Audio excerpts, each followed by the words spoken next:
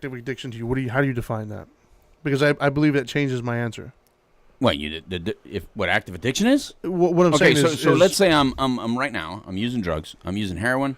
What I'm saying is like this very second you're currently high talking to me, or you used like this morning or last night. I've used within it. Let's say that it's in that first 30 days of treatment. Okay. So I might be sober up to 30 days or whatever. Okay. Based upon the people that I know, I like to think that there's certain indicators to look for. I think that the drugs can exacerbate the situation, right, and make it exaggerated or even mask certain things. Right. But I think a truly talented therapist or practitioner that we hang around with, right. I think that they're skilled enough and they know what to look for to where they can spot those out, which is why they have dual diagnosis facilities. Right. And if they're there for the first 30 days at a dual diagnosis facility, then within the first 30 days they're finding out what other issues were there, not just the drug usage. True. So do I think it's easy? No, but I think that's why we have trained professionals. You talking about like bipolar? Yeah, bipolar disorder. I'm talking about ADD. I'm talking about schizophrenia. See, I think some of those could be spotted by clinical depression. I think some of those can be spotted by a skilled practitioner. I really do. Have you ever seen a snow globe when you shake it up and then it kind of settles? You don't think there's a time period where that you require to settle? I think that a true mental illness is still going to be there, whether it's there or not. And I think a true legitimate mental illness can be spotted. Well, do drugs not cause depression? So that's some of the withdrawal symptoms of some drugs, right? I think they can, but I think, once again, a skilled practitioner will be able to know the difference between substance-induced depression and regular depression. Correct. Substance use in general makes us all look like we're all ADD. Yeah. So all of us can get diagnosed with ADD at that moment. All of us can get diagnosed with bipolar disorder at the moment. I think anybody can be diagnosed with ADD. All of us can be diagnosed with depression at the moment. Yeah. You do require some time of your brain just settling down a bit. Sure. And your behavior settling down a bit. Because remember, there's a high anxiety. There's a lot of anxiety going on. We're not sleeping right. We're not eating right. We're malnourished. We're dealing with a lot of life's problems at the moment. Right. There's so much going on when you first get into a rehab facility or get in front of a practitioner. Yes. That it's very difficult to see what's real and not real. I agree. And so sometimes people get placed on medication for a specific mental health illness or get diagnosed with a mental illness that they're never going to shake off because it's going to follow them. Okay. Once you've been diagnosed, then the next practitioner knows, have you ever been diagnosed with this? Well, one time a doctor said and then they write it down. Right. And then so it kind of follows you. And I've known a lot of people to be diagnosed with bipolar disorder that in sobriety, 1 and 2 years in, they didn't present any bipolar disorder. Hell, I've known guys that have been diagnosed with schizophrenia at Trinity. Right. Now, there's some drugs that can make you look really schizoaffective at the moment. And they didn't have schizophrenia. I've known them.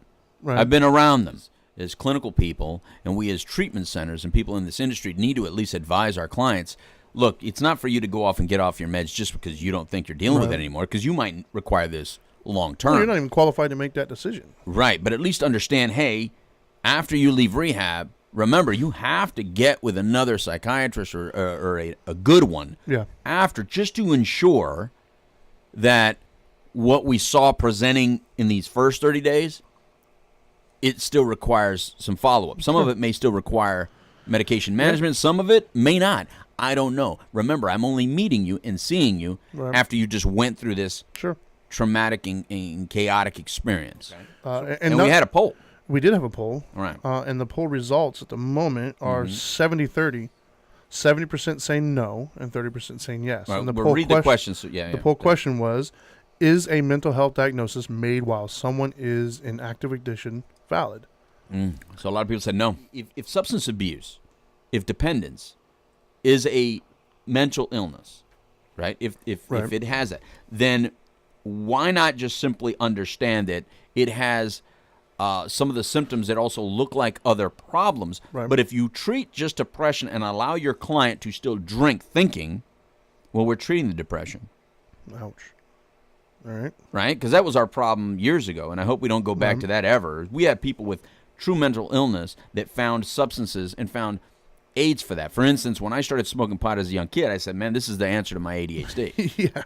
And I was hyperactive until I smoked a lot of pot. I think people still think that. And then when I did cocaine with it and alcohol with it, I realized I had a level head and I was able to really concentrate. And I was like, man, I'm now able to focus. So I thought I found a medication better than Ritalin. That's what they call self-medicating. And Ritalin is like a lower grade cocaine. So, of course, cocaine helped me focus. It just was not sustainable, right? Yep. There's people with depression that start drinking thinking, wow, this takes away some of those harmful thoughts to myself. I start smiling and I start having a good time. I'm able to enjoy people. I'm able to socialize. But as soon as the alcohol goes away, now they close back up and they don't want to talk to anybody again. They isolate again. Right, they got to re-up. Probably 80 to 85% of people that present to treatment with substance abuse disorders have a co-occurring mental health condition. Correct. Right.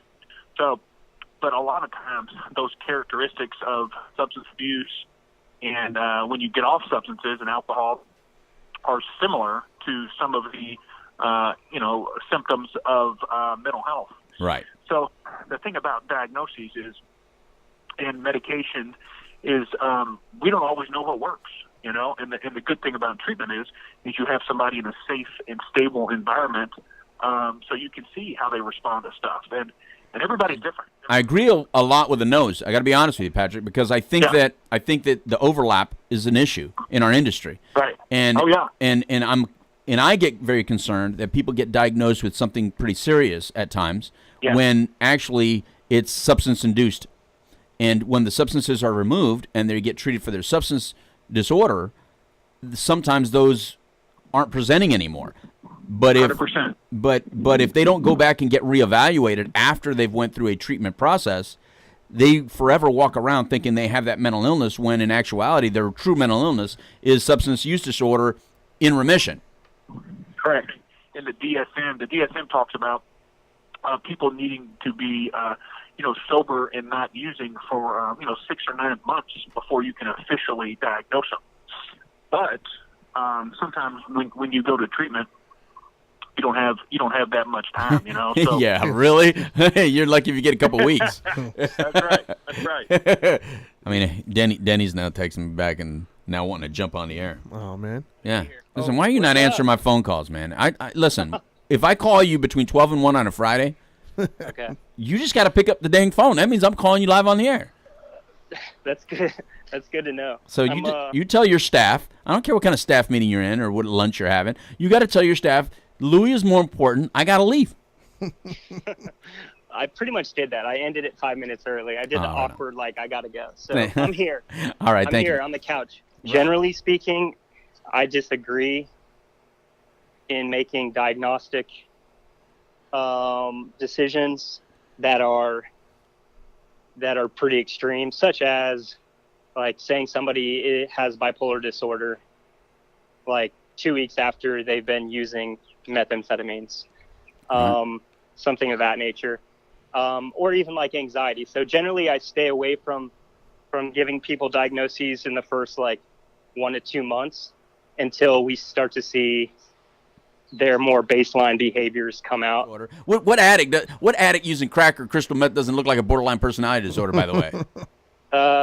None, and which doesn't after they've been sleepless for 7 nights straight. Exactly. Isn't having hallucinations. Exactly.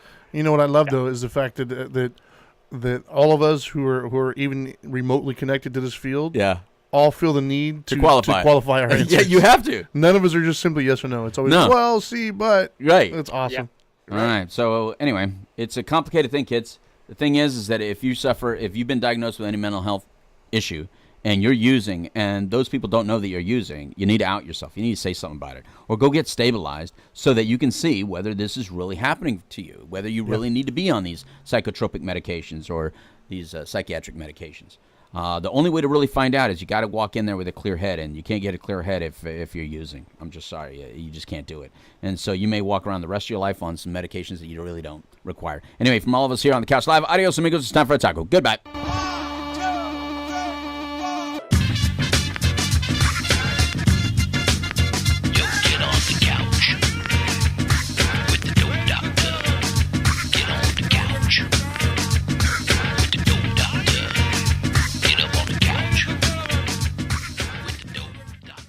And that was without even a single drop of rum. Thank you. I'll be here all week. He really grows on you, doesn't he?